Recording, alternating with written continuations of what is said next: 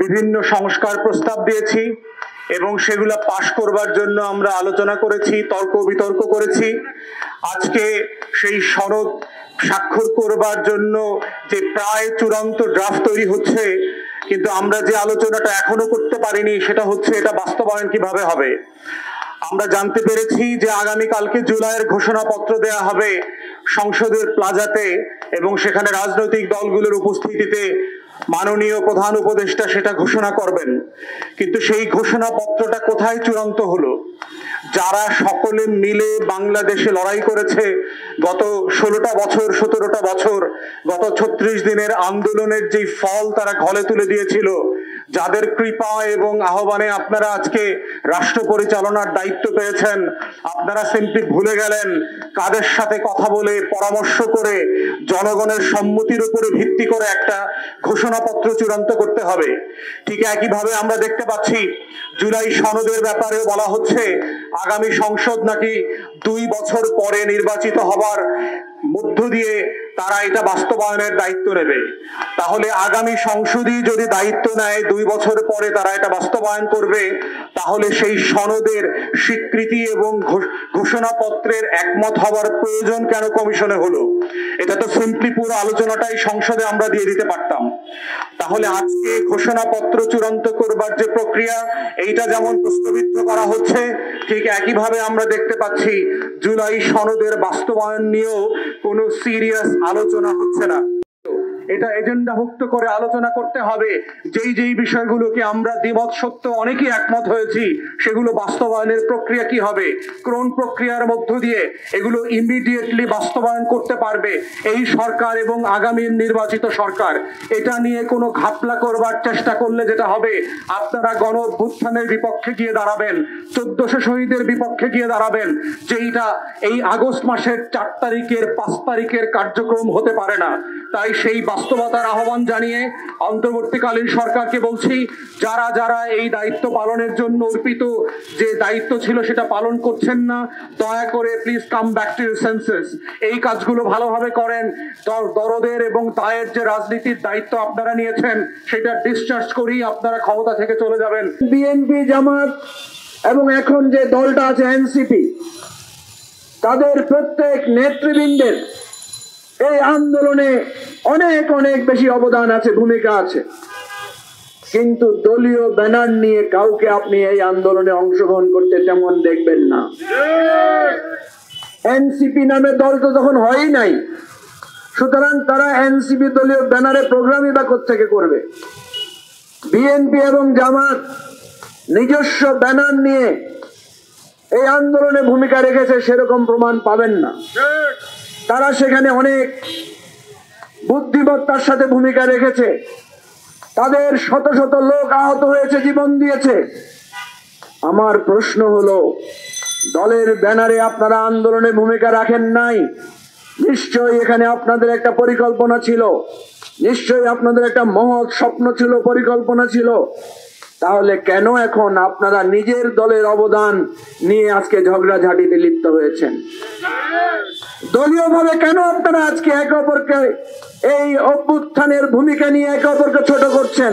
এই গণ অভ্যুত্থান বাংলাদেশের আপামর মানুষের সম্মিলনে হয়েছে। আপনারা যারা নেতৃত্বে ছিলেন, আপনাদের প্রতি মানুষের আস্থার প্রকাশ ঘটেছে, কারণ মানুষ আপনাদের রক্ত সহ্য করতে পারে নাই। আপনাদের উপর যে নির্যাতন হয়েছিল সেটা মানুষ সহ্য করতে পারে নাই, আপনাদের পক্ষে এসে দাঁড়িয়েছে। দেখেন, আজকে আপনারা যে ঝগড়া বিবাদ একে অপরকে হেয় করে কথা বলছেন, সাধারণ মানুষ কিন্তু সেটা পছন্দ করছে না। আজকে এই 4 আগস্ট আমি এখনো স্মরণ করি, এবি পার্টির কেন্দ্রীয় কার্যালয় থেকে সেদিন আমাদের সাধারণ সম্পাদক যে আহ্বান জানিয়েছিলেন সেটা আপনারা আবার শুনেন। কিভাবে মানুষকে বলা হয়েছিল কিভাবে প্রতিরোধ গড়ে তুলতে হবে, কিভাবে স্বৈরাচারের বিরুদ্ধে সবাইকে দলবদ্ধভাবে যে যেভাবে পারে ঢাকায় আসতে হবে, সেরকম ঘোষণা আপনারা দলীয় জায়গায় থেকে যদি দিয়ে থাকেন তাহলে আপনাদেরকে আজকে দলীয়ভাবে আমরা সম্মান দিয়ে অসুবিধা নাই। কিন্তু আল্লাহর ওয়াস্তে এই আন্দোলনকে কেউ দলীয় ব্যানারে কৃতিত্বের দাবি করবেন না। আজকে 1 বছর পেরিয়ে আমরা আবার 4 আগস্ট চলে এসেছি। আমরা মনে করে দিতে চাই দিল্লির দলদাসদের যে গত বছর যেভাবে বাঙালিরা পিছায় নাই, বাংলার জনগণ পিছায় নাই, এরপরেও কখনো পিছাবে না। দিল্লির দলদাসরা যদি মনে করে তারা ওয়ার অন টেররের ন্যারেটিভ দিয়ে বাংলাদেশে আরেকটা সমস্যা শুরু করবে, নির্বাচনকে পিছিয়ে দিবে অথবা নির্বাচন ভণ্ডুল করবে, তাহলে তারা একটি বোকার স্বর্গে বাস করছে। আমরা আমাদের অধিকার ছিনিয়ে নিতে জানি। আমরা 200 বছর সাদা ইংরেজদের বিরুদ্ধে যুদ্ধ করেছি, তাই কোনো সাদা এমবেসির লোকজন বাংলাদেশের নাগরিকদের ভাগ্য ঠিক করবে না। বাংলাদেশের নাগরিকদের ভাগ্য ঠিক করবে শুধুমাত্র বাংলাদেশের নাগরিকরা। আমাদের যে জুলাইয়ের শহীদরা আছেন, যে জুলাইয়ের আহতরা আছেন, তাদের রক্ত এখনো পিচ ঢালা পথ থেকে শুকায় নাই। জুলাইয়ের শহীদদের বিধবাদের চোখের পানি এখনো শুকায় নাই।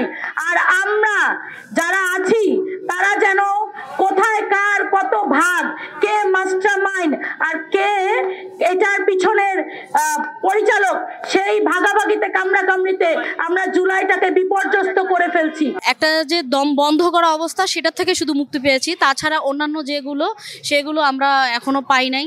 আমাদের জুলাইয়ে যে আমাদের সন্তান, ছোট ভাই বোনেরা আমাদের মৃত্যুবরণ করেছে, আহত হয়েছে, তাদের বিচার পাই নেই। এবং আমাদের যে স্বৈরাচারের কিছু অবশিষ্ট যে আছে ডালপালাগুলো, এদেরকে এখনো বিচারের আয়তায় আনা হয় নাই। এবং স্বৈরাচারের যে বিচারের ন্যূনতম হলো 50% যে বিচার কার্যক্রম করা দরকার, সেটাও আমরা পাইনি। বর্তমান যে সরকারের কাছে আমাদের এখন ক্ষমতা আছে, ওনারা আসলে রাজনৈতিকভাবে কতটুকু বিজ্ঞ সেটা আগে জানার বিষয়। ওনারা কিন্তু আসলে বেসিক্যালি রাজনীতির সাথে সম্পৃক্ত না। ডক্টর মোহাম্মদ ইউনূস উনি ব্যবসায়ী মানুষ, তো সেই ক্ষেত্রে ওনাকে কিছুটা সময় দেওয়া উচিত। যদিও গতানুগতিক বিষয়গুলো যদি চিন্তা করি, তাহলে সেই ক্ষেত্রে দ্রব্যমূল্যের যেই একটা যন্ত্রণা ছিল আগে, সেইটা থেকে কিন্তু কিছুটা লাঘব হয়েছে। উনি চেষ্টা করছেন, ওনাকে আমাদের আসলে সময় দেওয়া উচিত। সে যেভাবে বাংলার মানুষকে জবাব দিয়েছে, আজকে বাংলাদেশের মানুষ তার প্রতি, সেই স্বৈরাচারের প্রতি অতিষ্ঠ ছিল। আপনারা জানেন সে একের পর এক যে বাংলাদেশে যেভাবে জুলুম, খুন, হত্যা, নির্যাতন করেছে, সেই রূপকে ধারণ করে এবি পার্টি গত 2024 সালে যে জুলাই যে গণঅভ্যুত্থান হয়েছে, তার অংশীদার হিসাবে আমরা স্মরণ করতে চাই। বিশেষ করে 5ই আগস্ট 2024 সাল, সেই 5 আগস্ট সেই স্বৈরাচার শেখ হাসিনা যখন বাংলাদেশের মানুষের পজিটিভলি গর্জনে সেই ভারত পাড়ি দেয়, সেই স্মরণে মূলত আমরা এই পতাকা মিছিল আজকে শুরু করতে যাচ্ছি।